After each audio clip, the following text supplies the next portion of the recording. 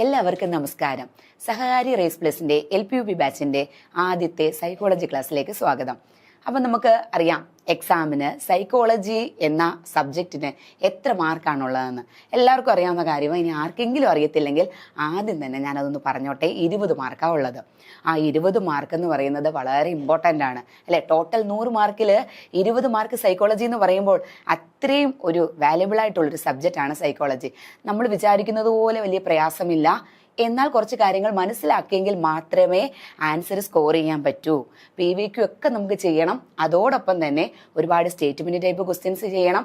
ആശയങ്ങൾ നല്ല വ്യക്തമായിട്ട് മനസ്സിലാക്കിയെങ്കിൽ മാത്രമേ നമുക്ക് മുന്നോട്ട് ആ കാര്യങ്ങൾ നന്നായിട്ട് ചെയ്തു വരാൻ പറ്റൂ.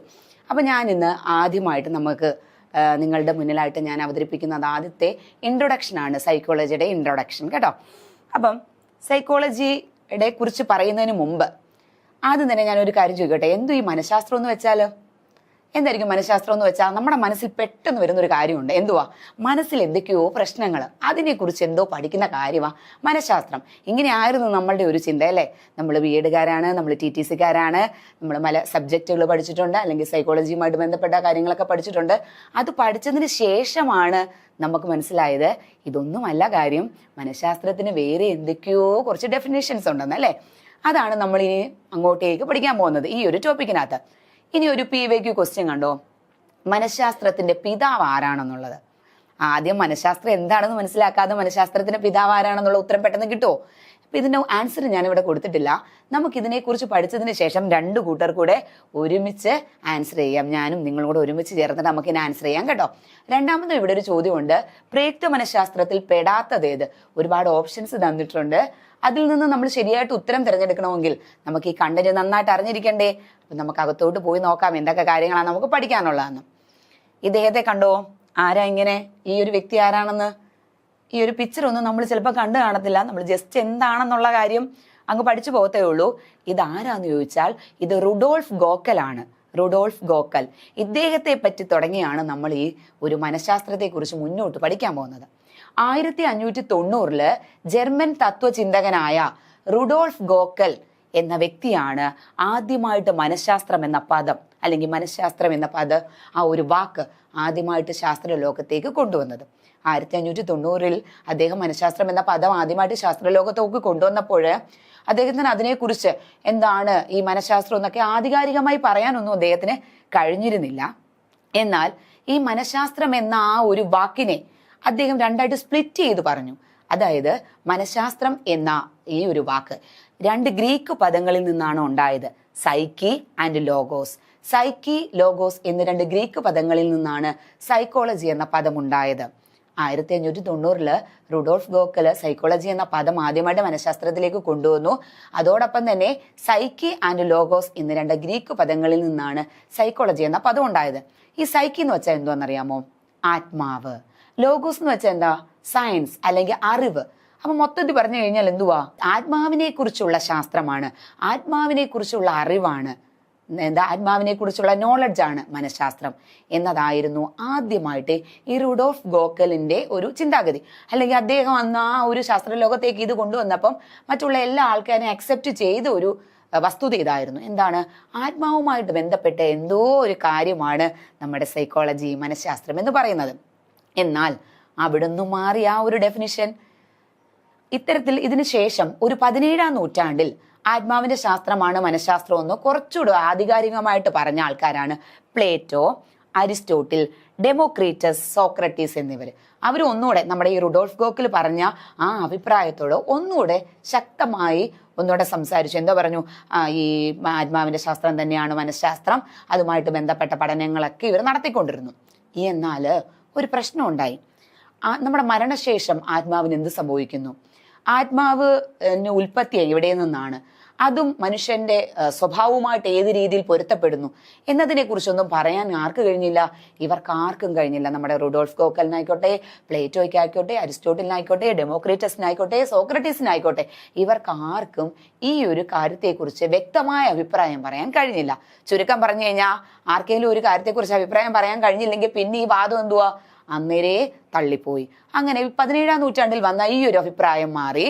പിന്നീട് ഏകദേശം ഒരു 17ാം നൂറ്റാണ്ടിന്റെ അവസാനം 18-ാം നൂറ്റാണ്ടിന്റെ ആദ്യമൊക്കെ ആയപ്പോഴത്തേന് മനസ്സിന്റെ ശാസ്ത്രമാണ് മനഃശാസ്ത്രം എന്ന് പറഞ്ഞു. അതാരൊക്കെയാ പറഞ്ഞേ?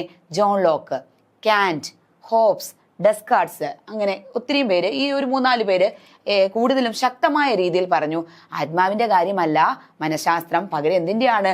മനസ്സിനെ കുറിച്ചുള്ള പഠനമാണ് മനഃശാസ്ത്രം. ആരൊക്കെ അതിനെക്കുറിച്ച് പറഞ്ഞത്? നമ്മുടെ ജോൺ ലോക്ക്, കാന്റ്, ഹോബ്സ്, ഡെസ്കാർട്സ് എന്നിവരാണ് ആത്മാവിന്റെ ശാസ്ത്രമല്ല, പകരം മനസ്സിന്റെ ശാസ്ത്രമാണ് മനഃശാസ്ത്രം എന്ന് പറഞ്ഞത്. ഓക്കെ, ഈ ഒരു വാദവുമായിട്ട് ബന്ധപ്പെട്ട കാര്യങ്ങൾ നോക്കിയപ്പം മനസ്സും ശരീരവും നമുക്കറിയാം, മനസ്സും ശരീരവും തമ്മിൽ അഭേദ്യമായ ബന്ധമുണ്ട്. എന്നാൽ കോൺഷ്യസ് ആയിട്ടിരിക്കുന്ന ഒരു വ്യക്തിക്ക് മനസ്സുമായിട്ടും അല്ലെങ്കിൽ അതിന്റെ ശാരീരിക പ്രവർത്തനങ്ങളുമായിട്ടും ഏത് രീതിയിൽ കൂട്ടിയോജിപ്പിക്കാൻ കഴിയുന്നു എന്ന കാര്യങ്ങളെക്കുറിച്ച് ഇവർക്ക് അഭിപ്രായം പറയാൻ കഴിഞ്ഞില്ല. അല്ലെങ്കിൽ ഒരാളുടെ വ്യക്തിത്വം രൂപീകരിക്കുന്നതിൽ മനസ്സ് എത്രമാത്രം സ്വാധീനിക്കുന്നു എന്നതിനെ കുറിച്ചൊന്നും പറയാൻ ആർക്ക് കഴിഞ്ഞില്ല? ഈ ശാസ്ത്രജ്ഞന്മാർക്ക് കഴിഞ്ഞില്ല. അങ്ങനെ ഈ വാദവും അങ്ങ് തള്ളിപ്പോയി. അതിനുശേഷമാണ് തുടർന്ന് ഒരു 19-ാം നൂറ്റാണ്ടിന്റെ ആദ്യത്തോടെ ബോധമണ്ഡലത്തിന്റെ ശാസ്ത്രമാണ് മനഃശാസ്ത്രം, അതായത് കോൺഷ്യസ് ആയിട്ടിരിക്കുന്ന ഒരു മനസ്സിനെ കുറിച്ചുള്ള പഠനമാണ് മനഃശാസ്ത്രം എന്ന് പറഞ്ഞു. അവിടെ ആരൊക്കെയാ പറഞ്ഞെന്ന് ചോദിച്ചാൽ നമ്മുടെ വില്യം ജെയിംസും വില്യം വൂണ്ടുമാ പറഞ്ഞേ. ആ ശാസ്ത്രജ്ഞന്മാരുടെ പേര് നന്നായിട്ടൊന്ന് ശ്രദ്ധിച്ച് മനസ്സിലാക്കിക്കോണം. ആരൊക്കെയാ? വില്യം ജെയിംസും അതുപോലെ തന്നെ വില്യം വൂണ്ടും. ഓക്കെ, നമ്മള് ഇവിടെ തുടക്കത്തിൽ ഒരു കാര്യം പറഞ്ഞായിരുന്നു, മനഃശാസ്ത്രത്തിന്റെ പിതാവ് ആരാണെന്ന്. ഞാനിപ്പോൾ ഒരു ക്ലൂ തരുക, ഇവരിൽ ഒരാളാണ് കേട്ടോ മനഃശാസ്ത്രത്തിന്റെ പിതാവ്. അപ്പം അതവിടെ നിൽക്കട്ടെ, നമുക്ക് അതിന്റെ ലാസ്റ്റ് ആൻസർ നോക്കാമേ. ഇപ്പൊ എങ്ങനെയാ പറഞ്ഞത്? ബോധമണ്ഡലത്തിന്റെ ശാസ്ത്രമാണ് നമ്മുടെ മനഃശാസ്ത്രം. അതാരാ പറഞ്ഞേ? വില്യം ജെയിംസും വില്യം വൂണ്ടും കൂടെ പറഞ്ഞു.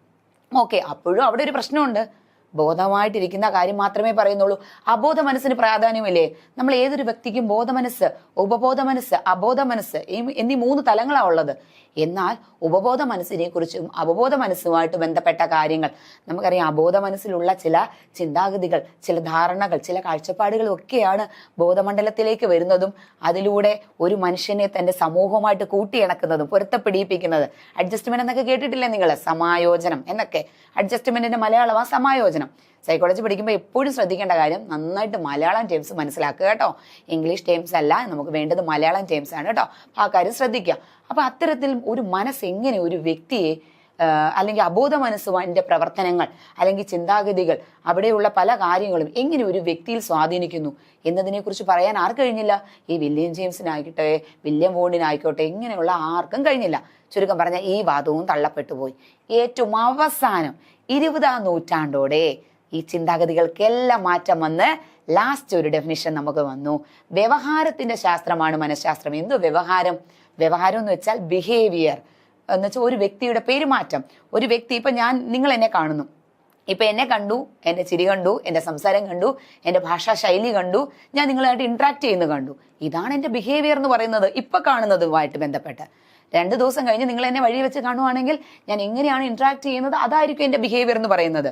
അപ്പോൾ ഒരാളുടെ പുറമേ നിന്നുള്ള ആ ഒരു ബിഹേവിയർ എങ്ങനെയാണ് എന്നതിനെ കുറിച്ച്, അല്ലെങ്കിൽ വ്യവഹാരത്തിന്റെ ശാസ്ത്രമാണ് ഒരു വ്യക്തിയുടെ വ്യവഹാരം, ഒരാളുടെ ബിഹേവിയർ എങ്ങനെയാണ് എന്നതുമായിട്ട് ബന്ധപ്പെട്ടിരിക്കും ആ വ്യക്തിയുടെ വ്യക്തിത്വം, അവരുടെ കാഴ്ചപ്പാട്, അവർ സമൂഹമായിട്ട് ഇടപഴകുന്ന രീതി, അതിലൂടെ വരുന്ന മാറ്റങ്ങൾ, ഇങ്ങനെയുള്ള ചിന്താഗതികളെല്ലാം. ചുരുക്കം പറഞ്ഞു കഴിഞ്ഞാൽ 20-ാം നൂറ്റാണ്ടോടെ എന്താണ് വന്നത്? വ്യവഹാരത്തിന്റെ ശാസ്ത്രമാണ് മനഃശാസ്ത്രം.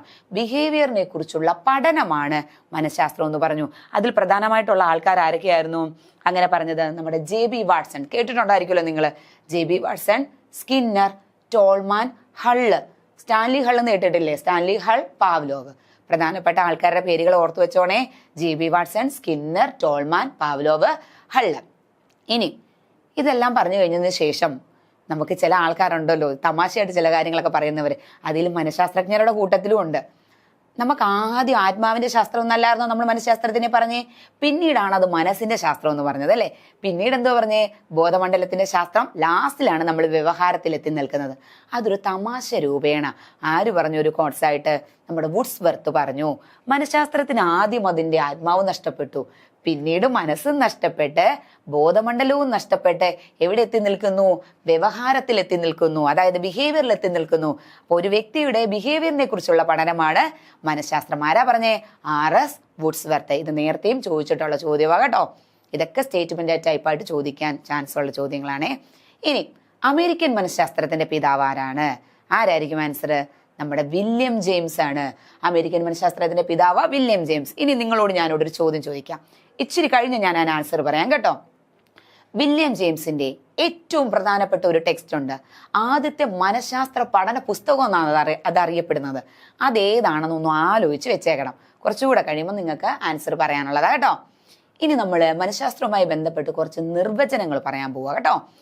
മനഃശാസ്ത്രത്തിന്റെ കുറേ കാര്യങ്ങൾ നമ്മൾ പറഞ്ഞല്ലേ, ആ മനഃശാസ്ത്രവുമായി ബന്ധപ്പെട്ട കുറച്ച് നിർവചനങ്ങളാണ് നമ്മൾ പറയുന്നത്. ആദ്യമായിട്ട് നമ്മൾ പറയുന്ന നിർവചനം നമ്മുടെ സ്കിന്നറിന്റെയാണ്. അനുഭവങ്ങളെയും വ്യവഹാരങ്ങളെയും കുറിച്ചുള്ള പഠനമാണ് മനഃശാസ്ത്രം. ഒരു വ്യക്തിയുടെ എക്സ്പീരിയൻസിനെയും ഒരു വ്യക്തിയുടെ ബിഹേവിയറിനെയും കുറിച്ചുള്ള പഠനമാണ് മനഃശാസ്ത്രം എന്ന് ആര് പറഞ്ഞത്? നമ്മുടെ സ്കിന്നർ പറഞ്ഞത്. ഇതൊക്കെ റിപ്പീറ്റ് വരുന്ന ക്വസ്റ്റ്യൻസ് ആട്ടോ, നേരത്തെ ഒരുപാട് തവണ ചോദിച്ചിട്ടുള്ളതാ. ഇനി അടുത്ത ശാസ്ത്രജ്ഞൻ പറഞ്ഞ കാര്യം അധികം കേട്ട് കാണാൻ വഴിയില്ല. പുള്ളിയുടെ പേര് മർഫി എന്നാണ്. പരിസ്ഥിതിയും, അതായത് ഒരു എൻവയോൺമെന്റും വ്യക്തിയും തമ്മിലുള്ള ഇന്ററാക്ഷനുമായി ബന്ധപ്പെട്ട പരസ്പര ബന്ധത്തെക്കുറിച്ചുള്ള പഠനമാണ് മനഃശാസ്ത്രം. ഇതാരാ അഭിപ്രായപ്പെട്ടത്? നമ്മുടെ മർഫി എന്ന് പറഞ്ഞ ശാസ്ത്രജ്ഞനാണ് അഭിപ്രായപ്പെട്ടത്. അതിനുശേഷം പറഞ്ഞത് ക്രോയാണ്. അത് നമ്മൾ എപ്പോഴും കേട്ടിട്ടുള്ളതാണ്. മനുഷ്യ ബന്ധങ്ങളെക്കുറിച്ചും മനുഷ്യന്റെ വ്യവഹാരങ്ങളെക്കുറിച്ചും എന്ന് വെച്ചാൽ ഹ്യൂമൻ, നമ്മളൊരു സമൂഹത്തിൽ ജീവിക്കുന്ന ഒരു വ്യക്തി, ഹ്യൂമൻസ് അങ്ങോട്ടും ഇങ്ങോട്ടും ഇന്റർ റിലേറ്റഡ് ആണ്. അങ്ങോട്ടും ഇങ്ങോട്ടും കോപ്പറേറ്റ് ചെയ്ത് മാത്രമേ അവർക്ക് ജീവിക്കാൻ പറ്റൂ. അതുപോലെ അവരുടെ ഹ്യൂമൻ ബിഹേവിയർ, അതിനെക്കുറിച്ചെല്ലാം ഉള്ള പഠനമാണ് മനഃശാസ്ത്രം.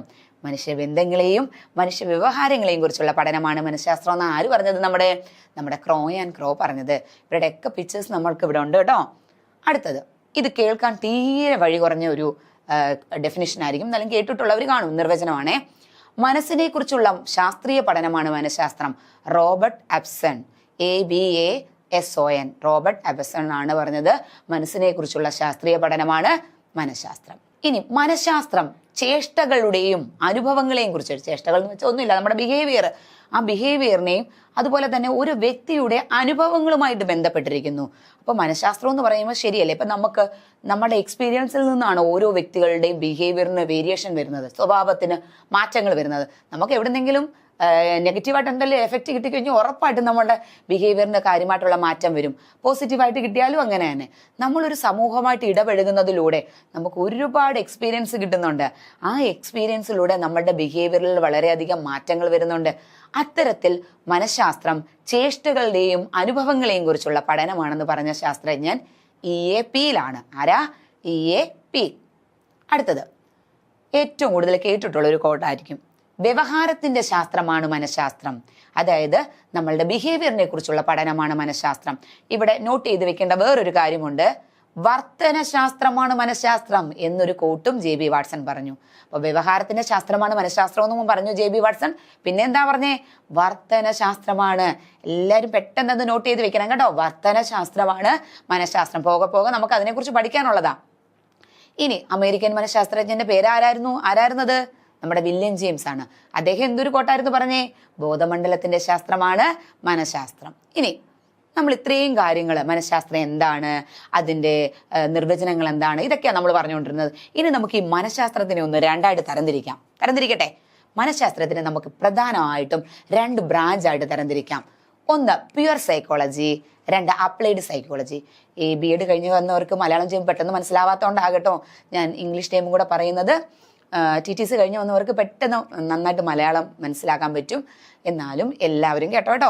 പ്യുവർ സൈക്കോളജി എന്ന് പറയുന്നത് കേവല മനഃശാസ്ത്രം, അല്ല എന്നുണ്ടെങ്കിൽ നമുക്ക് വേറെ പേര് കേവല മനഃശാസ്ത്രം അല്ലെങ്കിൽ പ്യുവർ സൈക്കോളജി എന്നൊക്കെ നമുക്ക് അറിയപ്പെടാം. ഇനി രണ്ടാമത് പറഞ്ഞത് അപ്ലൈഡ് സൈക്കോളജി. അതിന് നമുക്ക് പ്രയുക്ത മനഃശാസ്ത്രം അല്ലെങ്കിൽ പ്രയോഗ മനഃശാസ്ത്രം എന്ന് പറയാം. അങ്ങനെ രണ്ടായിട്ട് നമ്മൾ തരംതിരിച്ചേ. ഓക്കെ, ഇനി നമുക്ക് ഓരോന്നും എന്താണെന്ന് പറയാം. മക്കളെ, എന്തുമായിരിക്കും കേവല മനഃശാസ്ത്രം എന്ന് വെച്ചാൽ? നമുക്ക് മനഃശാസ്ത്രത്തെക്കുറിച്ച് പഠിക്കണം. ചുമ്മാ ചെന്നങ്ങ് മനസ്സിലാക്കിയാൽ മതിയോ?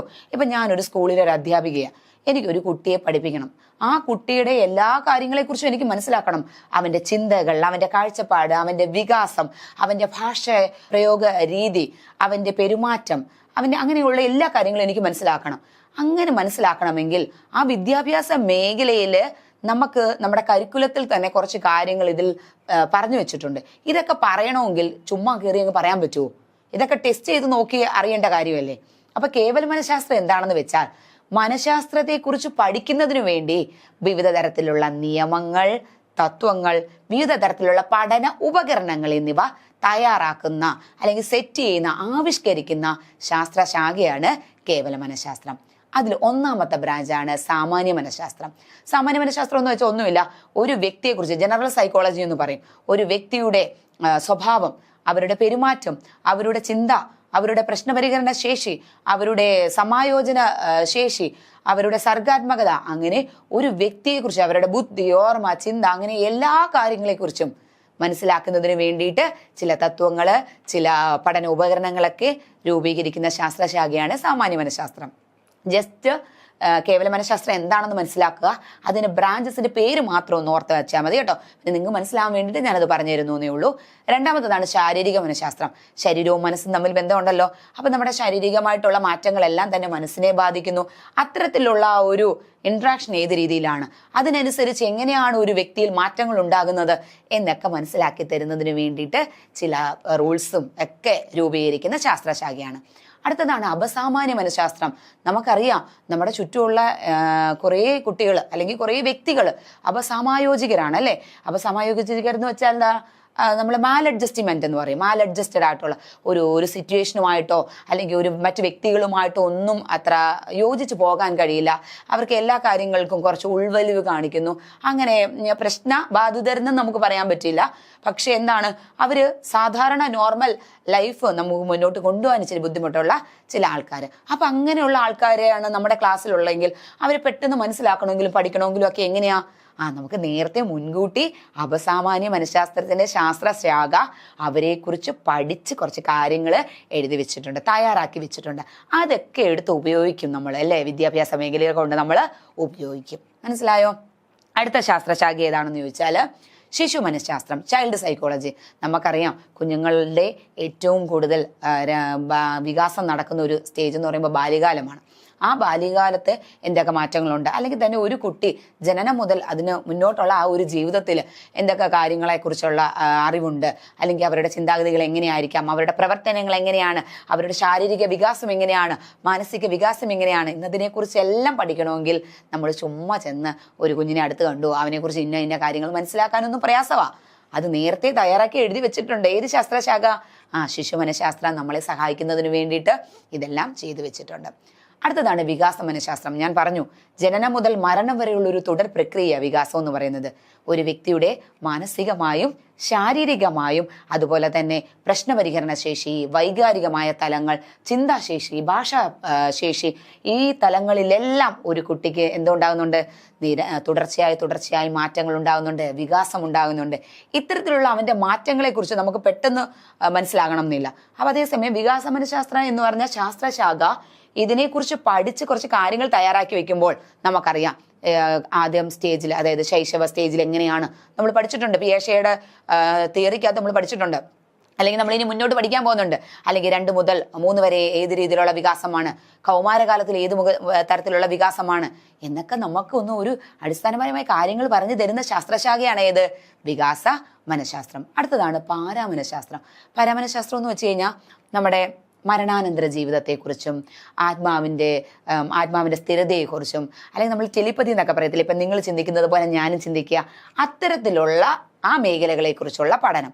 അത് കൂടുതൽ എനിക്ക് തോന്നുന്നു സന്യാസിമാരൊക്കെ ആയിരിക്കും ഇതുമായിട്ട് ബന്ധപ്പെട്ട മേഖലകളിൽ റിസർച്ച് പഠനങ്ങളൊക്കെ നടത്തി, അവർക്കായിരിക്കും ഇതിനെക്കുറിച്ച് കൂടുതൽ അറിയാനൊരു ആഗ്രഹം. അവസാനത്തെയാണ് പരീക്ഷണ മനഃശാസ്ത്രം. മനഃശാസ്ത്രത്തിന്റെ ഏതൊരു കാര്യത്തിനും അടിസ്ഥാനമായ അടിത്തറ നൽകണമെങ്കിൽ അതിന് സഹായിക്കുന്ന ശാസ്ത്രശാഖയാണ് പരീക്ഷണ മനഃശാസ്ത്രം. ഇപ്പം ഏതൊരു കാര്യത്തിനും നമുക്ക് എവിഡൻറ്റ് വേണം. ആ എവിഡൻറ്റ് കിട്ടണമെങ്കിൽ നമ്മുടെ മനുഷ്യ സ്വഭാവത്തെക്കുറിച്ച് പഠിച്ച് പലതരത്തിലുള്ള പരീക്ഷണങ്ങളൊക്കെ നടത്തി ഫലങ്ങൾ രേഖപ്പെടുത്തി വെക്കുന്ന ശാസ്ത്രശാഖയാണ് പരീക്ഷണ മനഃശാസ്ത്രം. ഇതാണ് കേവല മനഃശാസ്ത്രത്തിലെ പ്രധാനപ്പെട്ട ബ്രാഞ്ചസ്. ഇനി നമ്മൾ പഠിക്കാൻ പോകുന്നതാണ് അപ്ലൈഡ് സൈക്കോളജി, പ്രയുക്ത മനഃശാസ്ത്രം അല്ലെങ്കിൽ പ്രയോഗ മനഃശാസ്ത്രം എന്ന് പറയാം. നമ്മൾ ഈ കേവല മനഃശാസ്ത്രത്തിൽ പഠിച്ചിട്ടുള്ള അല്ലെങ്കിൽ നമ്മൾ അവിടെ എഴുതി വെച്ചിട്ടുള്ള നിയമങ്ങൾ, ഒരുപാട് ബ്രാഞ്ചസ് നമ്മൾ പഠിച്ചില്ലേ, അതിൽ എഴുതി വെച്ചിട്ടുള്ള നിയമങ്ങളും തത്വങ്ങളും പഠന ഉപകരണങ്ങളും എല്ലാം കൊണ്ട് അപ്ലൈ ചെയ്യുന്ന സ്ഥലം, അതുകൊണ്ട് പ്രയോഗിക്കുന്ന ഇടം, അതാണ് ഈ പ്രയോഗ മനഃശാസ്ത്രത്തിന്റെ ശാസ്ത്രശാഖകൾ. അതിൽ ഒന്നാമത്തതാണ്, ഏറ്റവും പ്രധാനപ്പെട്ടതാണ് വിദ്യാഭ്യാസ മനഃശാസ്ത്രം. നമുക്കറിയാം വിദ്യാഭ്യാസ മനഃശാസ്ത്രം ഒഴിച്ചുകൂടാനാവാത്തൊരു കാര്യമാണ് അല്ലേ. വിദ്യാഭ്യാസ മനഃശാസ്ത്രമാണ് നമ്മളിനി ഏറ്റവും ഇമ്പോർട്ടൻ്റ് ആയിട്ട് പഠിക്കാൻ പോകുന്നത്. ആദ്യം തന്നെ ഞാൻ ചോദിക്കട്ടെ, കണ്ണടച്ചോണ്ട് ആൻസർ പറയേണ്ട ഒരു ക്വസ്റ്റ്യൻ ആണ്, വിദ്യാഭ്യാസ മനഃശാസ്ത്രത്തിന്റെ പിതാവ് ആരാണ്? അത് നമ്മുടെ E.L. തോണ്ടയ്ക്കാണ്. നമ്മുടെ ശ്രമപരാജയ സിദ്ധാന്തത്തിന്റെയും അതായത് ട്രയൽ ആൻഡ് എറർ ലേണിംഗ് തിയറിയുടെ ഒക്കെ പിതാവായിട്ടുള്ള നമ്മുടെ E.L. തോണ്ടയ്ക്കാണ് വിദ്യാഭ്യാസ മനഃശാസ്ത്രത്തിന്റെ പിതാവ്. അദ്ദേഹത്തിന്റെ അഭിപ്രായത്തില് അദ്ദേഹം പറഞ്ഞൊരു കാര്യമുണ്ട്.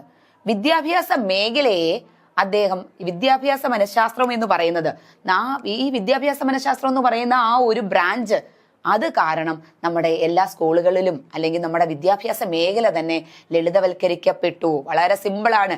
അധ്യാപകർ ചെന്ന് കുട്ടികളെ മനസ്സിലാക്കുന്നതിന് വേണ്ടിയിട്ടും മറ്റ് കുട്ടികൾക്ക് അങ്ങോട്ടും ഇങ്ങോട്ടും പരസ്പരം കമ്മ്യൂണിക്കേറ്റ് ചെയ്യുന്നതിനുമെല്ലാം സഹായിക്കുന്ന കാര്യങ്ങളെല്ലാം അപ്ലൈ ചെയ്യാൻ പറ്റിയ ഒരു മേഖലയാണ് വിദ്യാഭ്യാസ മനഃശാസ്ത്രം എന്ന ശാസ്ത്രശാഖ എന്നാര് പറഞ്ഞു? നമ്മുടെ തോണ്ടേക്ക് പറഞ്ഞു കേട്ടോ. അടുത്ത കാര്യം, വിദ്യാഭ്യാസ മനഃശാസ്ത്രത്തിലെ ഏറ്റവും വേണ്ടപ്പെട്ട പ്രധാന 3 ഘടകങ്ങളാണ് പഠിതാവ്, പഠന സന്ദർഭം, പഠന രീതി. ഈ 3 കാര്യങ്ങളാണ് പ്രാധാന്യം. ശരിയല്ലേ? ഒരു പഠിതാവ് വേണം. ഞാൻ നിങ്ങളെ പഠിപ്പിക്കുന്നു, ആദ്യമായി നിങ്ങൾ നിങ്ങളുടെ കുട്ടികളെ അടുത്തറിയാൻ ശ്രമിക്കൂ എന്ന് പറഞ്ഞ ഒരാളുണ്ട്. ആരാ? റൂസോ. അപ്പൊ പഠിതാവിനാണ് ആദ്യം പ്രാധാന്യം.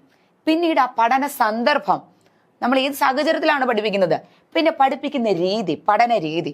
ശരിയല്ലേ? പലരും പല രീതി പഠിക്കുന്നവരുണ്ട് അല്ലേ? ആവർത്തിച്ച് വായിച്ച് പഠിക്കുന്നവരുണ്ട്, പല ഇടവേളകൾ പഠിച്ച് അങ്ങനെ പോകുന്നവരുണ്ട്. അപ്പൊ ആ പഠന രീതി, അല്ലെങ്കിൽ എഴുതി പഠിക്കുന്നവരുണ്ട്, വായിച്ചു പഠിക്കുന്നവരുണ്ട്, ഒരുപാട് എക്സ്പെരിമെന്റ് ചെയ്ത് പഠിക്കുന്നവരുണ്ട്, വിഷ്വൽ എയ്ഡുകളുടെ സഹായത്തോടെ പഠിക്കുന്നവരുണ്ട്. അപ്പൊ എഫക്റ്റീവ് ആയിട്ടുള്ള പഠന രീതി, പഠന സന്ദർഭം, പഠിതാവ്, ഈ 3 കാര്യങ്ങളാണ് വിദ്യാഭ്യാസ മേഖലയിൽ പ്രധാനപ്പെട്ട കാര്യങ്ങൾ. ഞാൻ മുമ്പേ പറഞ്ഞില്ലേ, ആദ്യമായി നിങ്ങൾ നിങ്ങളുടെ കുട്ടികളെ അടുത്തറിയാൻ ശ്രമിക്കൂ. ആരാ പറഞ്ഞത്? നമ്മുടെ റൂസോ. അത് ഇമ്പോർട്ടന്റ് ആയിട്ടുള്ള ഒരെണ്ണമാണ് കേട്ടോ. ഇനി നിങ്ങൾക്ക് അടുത്ത കോട്ട് നിങ്ങൾക്ക് നമ്മുടെ സ്ലൈഡിലോട്ട് നോക്കാതെ പോലും പറയാം. വിദ്യാഭ്യാസത്തിന്റെ വേരുകൾ കയ്പു നിറഞ്ഞതും അതിന്റെ ഫലം മധുരമുള്ളതുമാണ്. ശരിയല്ലേ?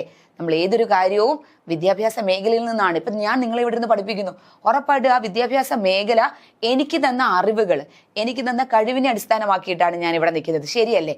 അപ്പൊ എനിക്ക് ഇച്ചിരി ബുദ്ധിമുട്ടും പ്രയാസവും ഒക്കെ നമുക്ക് പല കാര്യങ്ങളിൽ ഉണ്ടായെങ്കിൽ പോലും, അല്ലെങ്കിൽ നമ്മൾ പഠിച്ചുകൊണ്ടിരുന്ന സമയത്ത് ഉണ്ടെങ്കിൽ പോലും, ഇപ്പോൾ കിട്ടുന്ന ഫലം എന്തായിരിക്കും? ഉറപ്പായിട്ടും മധുരമുള്ളതായിരിക്കും. അങ്ങനെ ആരാ പറഞ്ഞേ? നമ്മുടെ അരിസ്റ്റോട്ടിൽ പറഞ്ഞു. ഇനി വേറൊരു ഇമ്പോർട്ടന്റ് ആയിട്ടുള്ളൊരു കോട്ടുണ്ട്. ജനനം മുതൽ മരണം വരെയുള്ള ഒരു വ്യക്തിയുടെ പഠന അനുഭവങ്ങളുടെ ആകത്തുകയാണ് വിദ്യാഭ്യാസ മനഃശാസ്ത്രം. ഒരിക്കലും സ്കൂളുകളിൽ നിന്നുള്ള മാത്രമാണോ വിദ്യാഭ്യാസ മനഃശാസ്ത്രം എന്ന് പറയുന്നത്? അല്ലെങ്കിൽ വിദ്യാഭ്യാസം ലഭിക്കുക എന്ന് പറയുമ്പോൾ സ്കൂളുകളിൽ നിന്ന് മാത്രമാണോ? അല്ലെങ്കിൽ ഏതെങ്കിലും ഒരു ഗുരുവിന്റെ അടുത്ത് പോയി നിന്നിട്ടുള്ളത് മാത്രമാണോ? അല്ല. നമ്മുടെ ജനനം മുതൽ മരണം വരെ ഒരു വ്യക്തികൾക്ക് ലഭിക്കുന്ന ഒരുപാട് അനുഭവങ്ങളുണ്ട്. നമ്മുടെ അമ്മൂമ്മമാര് അപ്പൂപ്പന്മാരൊക്കെ സ്കൂളുകളിലൊന്നും പഠിക്കാത്തവരായിരിക്കും. പക്ഷേ നമ്മളെക്കാളും എക്സ്പീരിയൻസ്, ജ്ഞാനം, അല്ലെങ്കിൽ ഒരു സാഹചര്യത്തിന് എങ്ങനെ ഒരു പ്രശ്നം വന്നു കഴിഞ്ഞാൽ അത് പരിഹരിക്കാനുള്ള കഴിവ്. എൻ്റെ അമ്മൂമ്മയ്ക്കൊക്കെയാണ് എന്തെങ്കിലും ഒരു പ്രശ്നമൊക്കെ നമ്മളൊന്ന് പറഞ്ഞു കഴിഞ്ഞാൽ അത് ഇത്രയേ ഉള്ളൂ എന്നൊക്കെ പറഞ്ഞ് നന്നായിട്ട് അതിനെ സൊല്യൂഷൻ ചെയ്തു തരും. പെട്ടെന്ന് ഉത്തരങ്ങളൊക്കെ പറയും. അപ്പം നമ്മൾ തന്നെ ആലോചിക്കും, അയ്യോ ഇതൊക്കെ ഇത്രയുള്ള കാര്യം. കാരണം അവരുടെ എക്സ്പീരിയൻസിന്റെ വെളിച്ചത്തിലാണ് അവർ ആ ഉത്തരങ്ങളൊക്കെ തരുന്നത് അല്ലേ? അപ്പൊ ചുരുക്കം പറഞ്ഞാൽ അതെല്ലാം വിദ്യാഭ്യാസ മനഃശാസ്ത്രവുമായി ബന്ധപ്പെട്ടതാണ് കേട്ടോ. അപ്പം ഒരു വ്യക്തിയുടെ ജനനം മുതൽ മരണം വരെയുള്ള പഠന അനുഭവങ്ങളുടെ ആകെത്തുകയും നമുക്ക് എന്തെന്ന് പറയാം? വിദ്യാഭ്യാസ മനഃശാസ്ത്രം എന്ന് പറയാം. അങ്ങനെ പറഞ്ഞത് ആരാന്ന് ചോദിച്ചു കഴിഞ്ഞാൽ ആരാ? അത് ക്രോയാണേ പറഞ്ഞത്.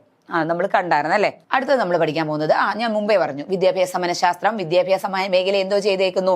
അത്രയധികം സിമ്പിൾ ആക്കിയിരിക്കുന്നു. അതുകൊണ്ട് നമുക്ക് അവിടെ എളുപ്പത്തിൽ കുട്ടികളെ കൈകാര്യം ചെയ്യാൻ വേണ്ടിയിട്ട് കഴിയും. ഇനി ഈ പ്രയോഗ മനഃശാസ്ത്രത്തിൽ വരുന്ന ഒന്നാമത്തെയാണ് ഞാൻ പറഞ്ഞത് വിദ്യാഭ്യാസ മനഃശാസ്ത്രം. രണ്ടാമത്തെയാണ് വ്യാവസായിക മനഃശാസ്ത്രം. ഒന്നുമില്ല, വ്യവസായിക മേഖലകളിൽ പലതരത്തിലുള്ള പ്രശ്നങ്ങളുണ്ട്, അല്ലെങ്കിൽ പലതരത്തിലുള്ള ടൈം ഡ്യൂറേഷൻ ആയിരിക്കാം, പല സാഹചര്യങ്ങളുണ്ട്. അവിടേക്ക് പൊരുത്തപ്പെട്ട് പോകുന്നതിന് വേണ്ടിയിട്ട് നമ്മൾ നേരത്തെ വികാസ മനഃശാസ്ത്രത്തിലും സാമാന്യ മനഃശാസ്ത്രത്തിലും ഒക്കെ തയ്യാറാക്കി വെച്ചിരിക്കുന്ന തത്വങ്ങളൊക്കെ അപ്ലൈ ചെയ്യുന്ന സ്ഥലം. ജസ്റ്റ് നമ്മൾക്ക് പേര് പഠിച്ചു പോയാൽ മതി. ചികിത്സാ മനഃശാസ്ത്രം, ക്ലിനിക്കൽ സൈക്കോളജി. നമ്മുടെ ഈ ചികിത്സാ മനഃശാസ്ത്രം, അതിനകത്ത് നമ്മൾ ചികിത്സാ മനഃശാസ്ത്രത്തെ കുറിച്ച് പറഞ്ഞപ്പോൾ അപസാമാന്യ മനഃശാസ്ത്രത്തിൽ നിന്ന് കൊണ്ടുവന്ന ചില തത്വങ്ങളും നിയമങ്ങളും എല്ലാം തന്നെ അപ്ലൈ ചെയ്യുന്ന ഇടമാണ് ചികിത്സാ മനഃശാസ്ത്രം. ശരിയല്ലേ? ചികിത്സാ മനഃശാസ്ത്രത്തിന്റെ പിതാവ് ആരായിരിക്കും എന്നറിയാമോ? ലൈറ്റ്നർ വിറ്റ്മർ ആണ്. അദ്ദേഹമാണ് ചികിത്സാ മനഃശാസ്ത്രത്തിന്റെ പിതാവ്. അത് മാത്രമല്ല ഫ്രോയിഡ്, അഡ്ലർ, ഇവരൊക്കെ ഈ ചികിത്സാ മനഃശാസ്ത്രവുമായി ബന്ധപ്പെട്ട ആൾക്കാരാട്ടോ. ആരൊക്കെയാ? ഫ്രോയിഡ്, അതുപോലെ തന്നെ അഡ്ലർ, ഇവരൊക്കെ പ്രധാനപ്പെട്ട ചികിത്സാ മനഃശാസ്ത്രജ്ഞരാണ്. കാൾ യുങ് ഉണ്ടേ കേട്ടോ. കാൾ യുങ് പുള്ളിയെ പഠിച്ചിട്ടുണ്ടല്ലോ നമ്മൾ. കാൾ യുങ്, ഇവരൊക്കെ ചികിത്സാ മനഃശാസ്ത്രത്തിലെ പ്രധാനപ്പെട്ട വ്യക്തികളാണ്. അടുത്തതാണ് ഈ സൈനിക മനഃശാസ്ത്രം. സൈനിക മനഃശാസ്ത്രവുമായി ബന്ധപ്പെട്ട കാര്യം എന്ന് പറഞ്ഞാൽ നമുക്കറിയാം, നമ്മുടെ മിലിറ്ററി ഡിപ്പാർട്ട്മെന്റ് എന്ന് പറയുമ്പോൾ ഏറ്റവും ശക്തമായിട്ടിരിക്കണം അല്ലേ.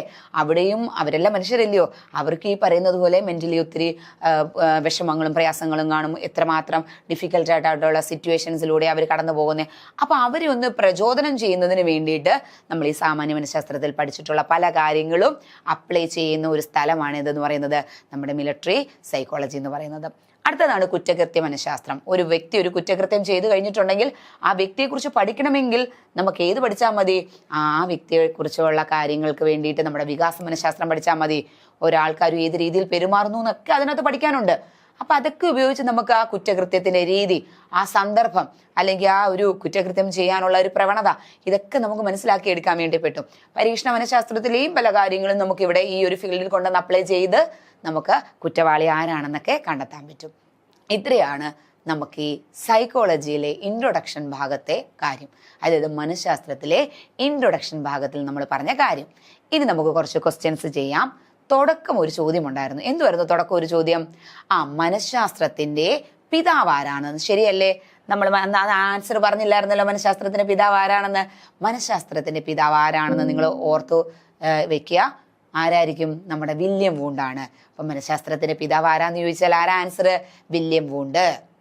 ഇനി അവിടെ തന്നെ ഉള്ള ഒരാളുണ്ട്, ആധുനിക മനഃശാസ്ത്രത്തിന്റെ പിതാവ്. ഇവിടെ നമ്മൾ നോട്ട് ചെയ്തില്ലായിരുന്നു കേട്ടോ, പക്ഷെ ഞാൻ പറയാൻ വേണ്ടി വിചാരിച്ചു, നിങ്ങളോട് ചോദിക്കണമെന്ന് കരുതി. ആധുനിക മനഃശാസ്ത്രത്തിന്റെ പിതാവാണ് സിഗ്മണ്ട് ഫ്രോയിഡ്. പല ആൾക്കാർക്കും തെറ്റിപ്പോകുന്നൊരു കാര്യമുണ്ട്. ആധുനിക മനഃശാസ്ത്രത്തിന്റെ പിതാവ് സിഗ്മണ്ട് ഫ്രോയിഡാ, എന്നാൽ മനഃശാസ്ത്രത്തിന്റെ പിതാവാണ് നമ്മുടെ വില്യം വൂണ്ട്. ഓർത്ത് വെച്ചോണേ. അങ്ങനെയാണെങ്കിൽ ഇവിടുന്ന് തന്നെ ഞാൻ വേറൊരു ചോദ്യം ചോദിക്കട്ടെ. അമേരിക്കൻ മനഃശാസ്ത്രത്തിന്റെ പിതാവ് ആരാ? നമ്മുടെ വില്യം ജെയിംസ്. ഓക്കെ, അടുത്തത് നമ്മൾ ഇന്ന് പഠിച്ചു കഴിഞ്ഞ കാര്യങ്ങൾ വെച്ചിട്ടുള്ളതാണ് ചോദ്യം.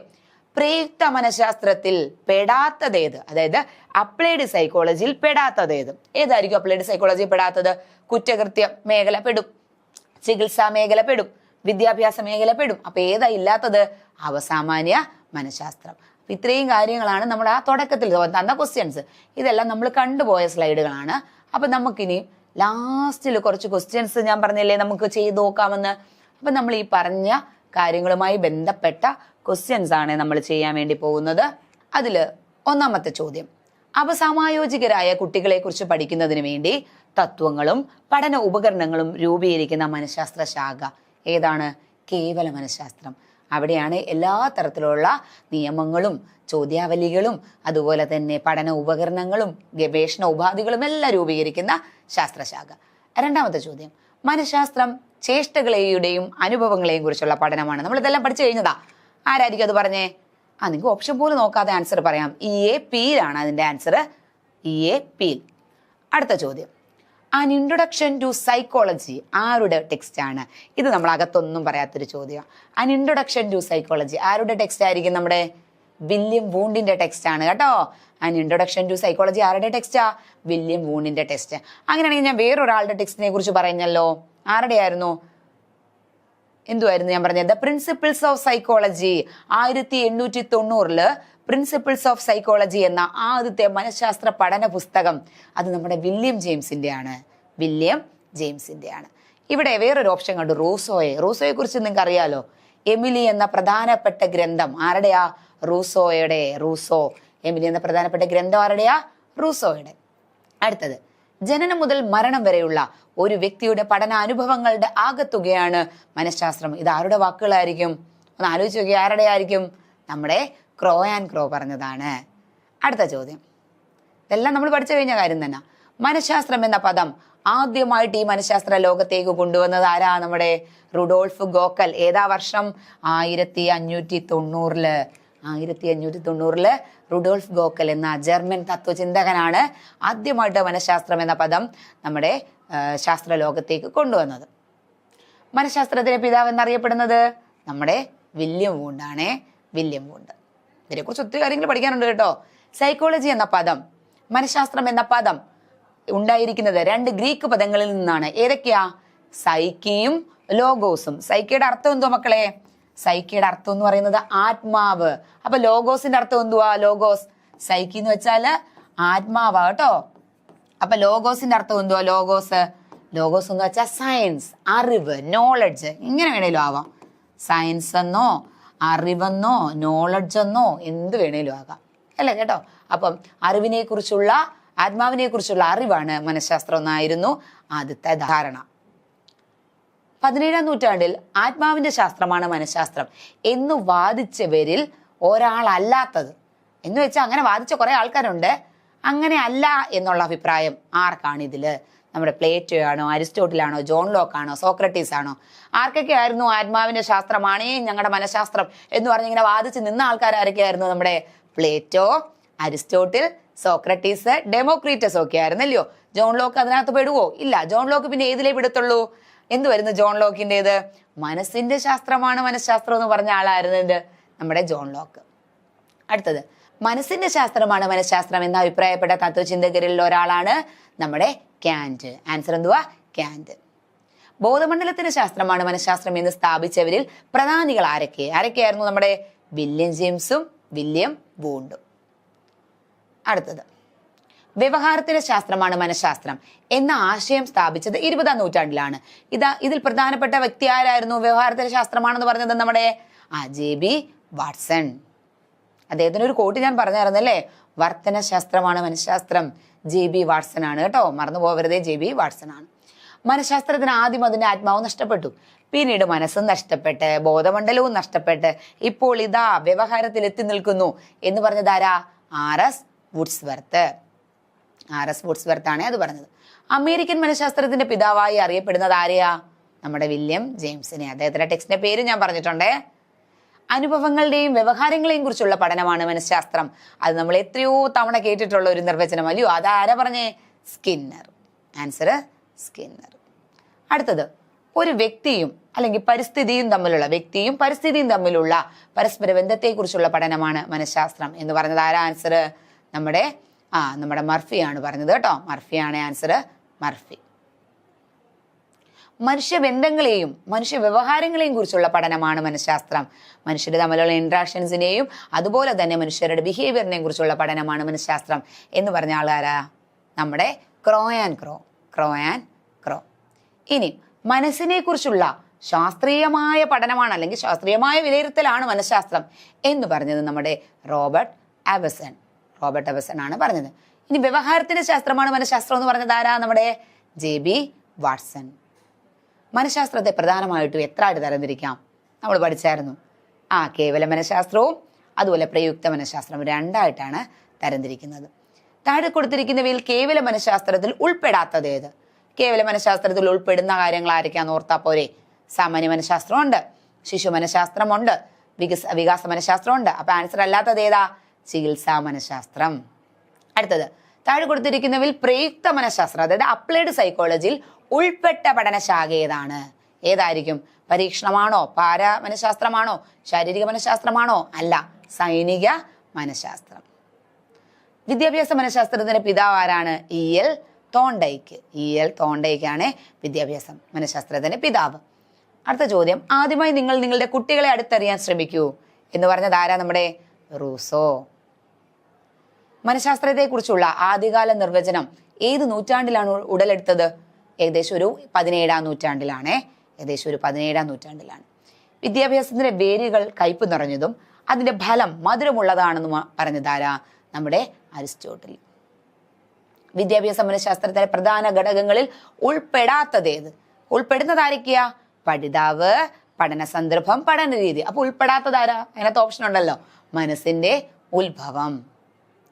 മനഃശാസ്ത്രത്തെ ബോധമണ്ഡലത്തിന്റെ ശാസ്ത്രം എന്ന് നിർവചിച്ച വില്യം ജെയിംസ് ഏത് നാട്ടുകാരനാ, ഏത് രാജ്യക്കാരനാ? അദ്ദേഹത്തിന് ഇല്ല നമ്മൾ അമേരിക്കൻ മനഃശാസ്ത്രത്തിന്റെ പിതാവ് എന്ന് വിളിക്കുന്നത്, അമേരിക്കക്കാരൻ. വ്യാവസായിക മനഃശാസ്ത്രം ഏതു മനഃശാസ്ത്ര വിഭാഗത്തിൽ ഉൾപ്പെടുന്നു? ഏതിനകത്താ? അപ്ലൈഡ് സൈക്കോളജിയിൽ. എന്താണ്? പ്രയുക്ത മനഃശാസ്ത്രത്തിലാണ് ഉൾപ്പെടുന്നത്. പ്ലേറ്റോ, അരിസ്റ്റോട്ടിൽ, ഡെമോക്രീറ്റസ് എന്നിവർ മനഃശാസ്ത്രത്തെ എന്തിന്റെ ശാസ്ത്രമായിട്ടാണ് കണക്കാക്കുന്നത്? എന്തിന്റെ ശാസ്ത്രമായിട്ടാ? ആത്മാവിന്റെ ശാസ്ത്രം. വിദ്യാഭ്യാസ മനഃശാസ്ത്രം, വ്യാവസായിക മനഃശാസ്ത്രം, ചികിത്സാ മനഃശാസ്ത്രം എന്നിവ ഉൾപ്പെടുന്ന മനഃശാസ്ത്ര ശാഖ ഏതായിരിക്കും? ഇതെല്ലാം അപ്ലൈഡ് അല്ലേ? അപ്ലൈ ചെയ്യുന്ന കാര്യങ്ങളല്ലേ? അപ്ലൈഡ് സൈക്കോളജിയിലാണ്. പ്രയുക്ത മനഃശാസ്ത്രം. അതിന് വേറെ പേരുണ്ട് കേട്ടോ, പ്രയോഗ മനഃശാസ്ത്രം. താഴെ കൊടുത്തിരിക്കുന്ന നിർവചനങ്ങളിൽ റോബർട്ട് എവസൺ നൽകിയ നിർവചനം ഏതാണ്? കുറേ കാര്യങ്ങൾ നമ്മൾ പഠിച്ച കാര്യങ്ങൾ തന്നെ അവർ തന്നേക്കുന്നത്. നിങ്ങളെല്ലാം ഒന്ന് വായിച്ചു നോക്കണം കേട്ടോ. ആൻസർ ഇതായിരിക്കും. മനസ്സിനെ കുറിച്ചുള്ള ശാസ്ത്രീയ പഠനമാണ് മനഃശാസ്ത്രം എന്ന് പറയുന്ന ഓപ്ഷൻ എ ആണ് ആൻസർ. ഒന്ന് വായിച്ചു നോക്കി നിങ്ങളെല്ലാം.